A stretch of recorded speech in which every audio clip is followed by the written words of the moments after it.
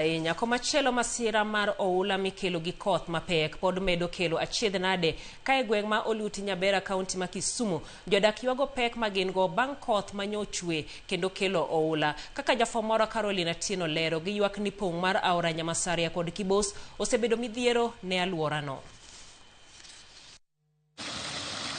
Mae chal mar Oluti Nyabera kaunti ma Kisumu bang' koth mapek manyochwe kendo weyo ka miere ma ok tin ne 20 pi oywero ka jodak koro dong' gachiedh nade. Aora no baro koa malo.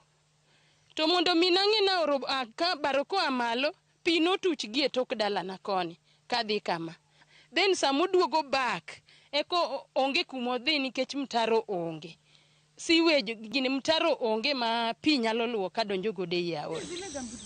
Jodak maka ywak ni pong' mar aora Nyamasaria kod Kibos e chakruok mar midhiero makoro ojuko gi. An pigni nodonjo gotieno gimoro saa 4:30 kae.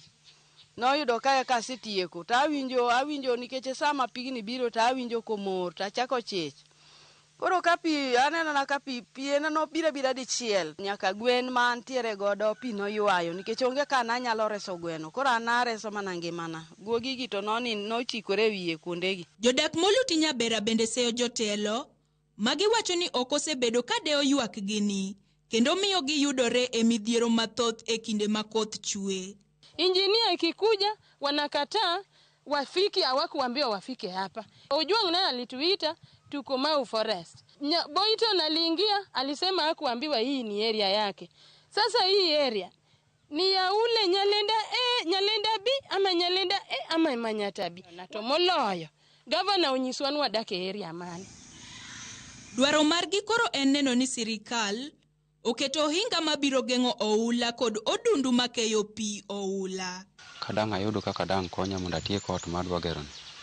To dang' bed maber. Bas aora be gichodhi. Giket dek moro kae maka pigno biro. To zoya ok oridre koro dhi adhiya. Carolina Tieno, Ramogi TV, Kisumu.